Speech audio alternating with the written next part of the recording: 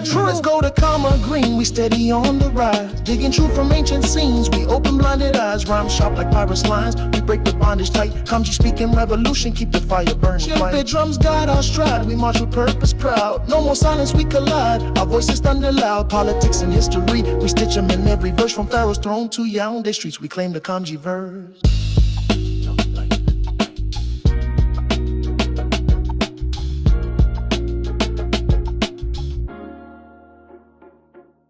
So you don't think that there's group differences on average between the races? I think, just to be clear, I think there would be group differences if you took it, like we were talking about, an American versus somebody who graduates college in Europe. There'd be tremendous differences. Not tremendous, but yeah, there would be slight differences, but you don't think that racially there's differences between races? I think, yeah, because we have huge differences culturally. So going to your point of saying, I don't want to live in a black neighborhood, well, neither does LeBron James when he gets money, right? There's a reason for that, because there is something that's happening culturally in Black America that's going on for a very long time. But that thing, I would argue, didn't exist in... What about in Africa and Haiti? I mean, they're killing each other in Africa and Haiti. Everywhere where they are, you have these problems. Yeah, I'd like to look into, and I'm pleading ignorant, but I've heard some things about what happened in Haiti and what the Clinton Foundation did there. So I think I'd have to look more into the history of Haiti to be able to push back on that at all. I don't think I agree with that. What about all of Africa then? There's not one country in sub-Saharan Africa that's successful. Not one. They're all least developed countries. They're all failed states. This kind of reminds me, and we could kind of flesh out this conversation together, and I'm not perhaps ready to have it fully, but I do remember going back to Dave Smith where he was conceding a point on, well, all of these other Middle Eastern countries, no, you wouldn't want to live there, you want to live in Israel. In my mind, I'm going, we could just keep bombing the crap out of them if they ever try to get ahead. I remember watching this with him saying that, going, why don't these countries get ahead? And kind of going back in my mind to the Gaddafi speech where he keeps speaking essentially about, here's what we got to do in Libya to get ahead, here's what we're going to do with the dollar, and we're going to be progressive and this and that. And they killed him. And then what happened to those Libyan refugees? Suddenly they're now pouring into, just like he said was going to happen, they were now pouring into the European continent, and Europeans are complaining, who are these people? And so the question is, are we allowing, because I'm like, Africa's a pretty rich country, like why aren't Africans controlling the diamond trade? Who's taking all of the diamonds so that they can't control the diamond trade? And how long have these people been doing that, being essentially culture vultures? That's kind of the journey that I've been on now in terms of really trying to go back and look into history to see what's happened.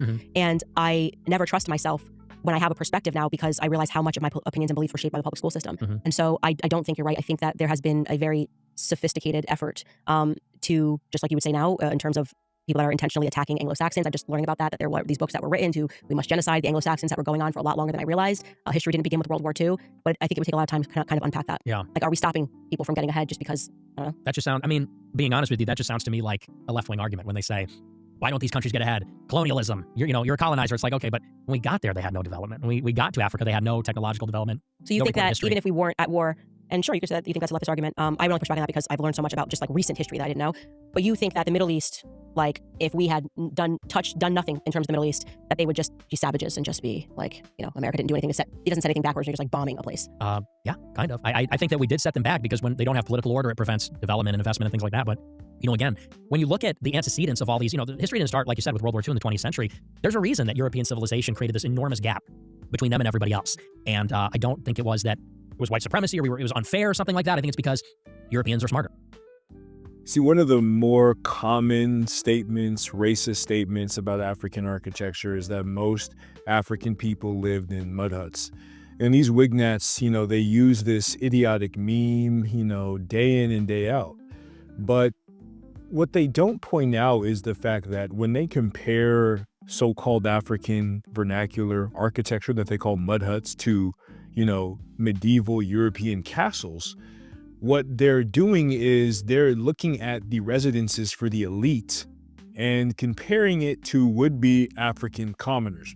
Now, I must say that in the post-Ma'afa context, we don't really have an accurate, clear picture about the true evolution of African architecture. But if you're to take the majority of Europeans, the European peasants during the medieval era, most of them lived in mud huts. Most of them lived in the so-called sod buildings or sod homes, right? And this is turf. This is mud. This is mud that they packed together with the thatched roof. This was the life. This was the experience for most Europeans during the medieval period, during the Middle Ages. They weren't living in stone. Stone was primarily reserved for churches and monasteries or fortifications, right? Elite dwellings, the people who wanted to keep the lords, the people who wanted to keep the commoners out. Yeah, they have these big dwellings, similar to, if you were to go to Africa and you were to examine a lot of the Sudano-Sahelian architecture, a lot of the sun-bricked building systems of the Kanem Empire, a lot of the multi-story bamboo architecture of the Bamoun. See, all of this is being built in the same period, of the so-called European Middle Ages. but these would be homes and temples and places for the elite, places for the esteemed. This wouldn't necessarily be the situation for the commoner. But again, we've talked ad nauseum on this channel about the different diverse typologies of architecture in Africa. And a lot of Africans made intelligent environmental decisions with respect to, material, with respect to proxemics or space, and the organization of space with the building of these many different traditions. Now, if we were to talk about, the European architectural period, from, the early Dark Ages, into the later Middle Ages, you had most Europeans living in these types of wattle and daub thatched homes. This is the vast majority, over 90% of people, right, lived in these situations. Now, when you're dealing with some of the Mediterranean areas or some of the areas in Southern Europe, sometimes you may have had situations where they had access to timber, right? But for the most part, the living situation of Europeans during the Middle Ages was mud and some thatched roofs, right? Mud and some thatched roofs, the so-called sod or turf homes, right? Only the elites were living in these big, esteemed place, right? Now, what you're seeing today is the environmental engineering space talk about the intelligence behind vernacular architecture, and they're putting a large emphasis on the architectural genius, the architectural diversity that's present within the African continent, right? And when we're dealing with civilization, Chancellor Williams talked about the destruction of Black civilization and the rebirth of African civilization. So when we're talking about civilization, a lot of that is speaking about the evolution of African architectural systems. And it also speaks to the unity that you find within Paleo-African populations. Believe it or not, especially according to scholars like Ele, the architectural traditions of, Ile Ife, the architectural traditions, of the Ezinris, of the Igbo people, the architectural and infrastructural traditions of the Grassfields people, of the Bamum and the Bamilekes, these raffia palm, these multi-story raffia palm structures, the architecture of the Badamaliva people, these Tata Somba buildings, which is other, multi-storied complexes built in West Africa. Even the traditions of Kanem Bornu, the traditions of the Bakongo people of the Congo Kingdom, right? The Zulu and Ndebele traditions. These are all related within the same pre-dialectical ancestor. I position it as the Kantiore culture in the Great Lakes region. Numerous other scholars have positioned it in that same vein. But the architecture of the Pharaonic civilization would represent the apex, the classical apex of African architectural traditions. And many of the same elements, right, from the, vaulted roof, the framed opening moldings, the projecting sills, the external stairs, the courtyard or the impluvium, right, where you have a water collection system, many of these same elements of African architecture, the fractal proxemics, the bioenvironmental mimicry, mimicking nature and life, all of these elements can be seen within the architectural traditions across the continent, right? From the Fumbam Palace to the Mosque of Jen that we mentioned before, right? To the different fortresses of the Congo civilization, right? To the Kilwa architecture, among the Swahili coast, and onward and onward and onward, right? So the evolution of African architectural traditions, even in opposition to colonialism, even in opposition to the trade networks that many of these Western states wanted to maintain, a lot of their, underground duty systems that are still being levied against the growth of an organic African enterprise, an organic, trade system across the continent.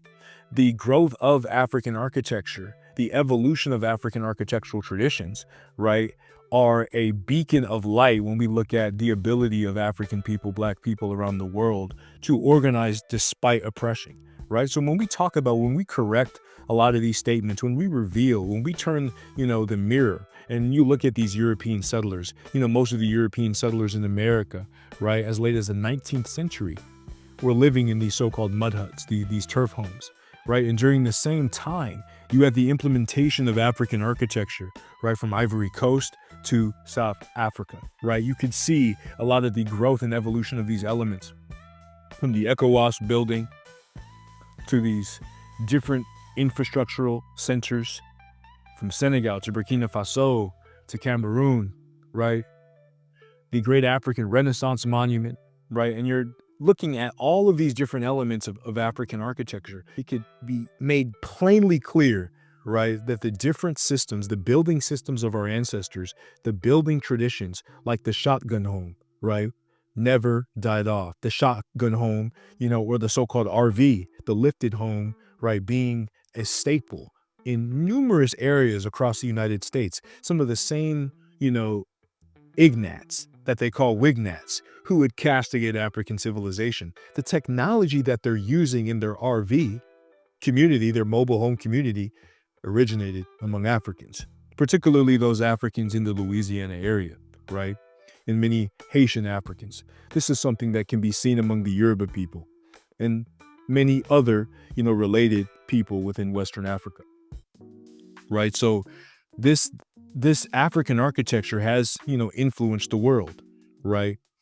And this doesn't just end in the classical period with the Greco-Roman adoption of, ancient Kemetic architecture. It also, affects the development of these African cities today, the development of these African zones today, right? And this is not something that we should ever forget. It's important to make it clear, right? It's important for us to have a basis of contact with respect to this, racialist propaganda, right? To affirm development and continuous evolution of our architecture and building systems and infrastructural traditions. That's why, developing an international zone like the African Continental Free Trade Area to start with, in different zones of commerce, the AES, right, their zone of commerce in opposition to French imperialism. It's important for us to develop these spaces. That's all I got for y'all on this. Hope to catch you on the next one. Peace. Let's go to Karma Green, we steady on the rise. Digging truth from ancient scenes, we open blinded eyes. Rhyme sharp like pirates' lines, we break the bondage tight. Kamji speaking revolution, keep the fire burning. Ship drums guide our stride, we march with purpose proud. No more silence, we collide, our voices thunder loud. Politics and history, we stitch them in every verse. From Pharaoh's throne to Yaoundé streets, we claim the Kamji verse.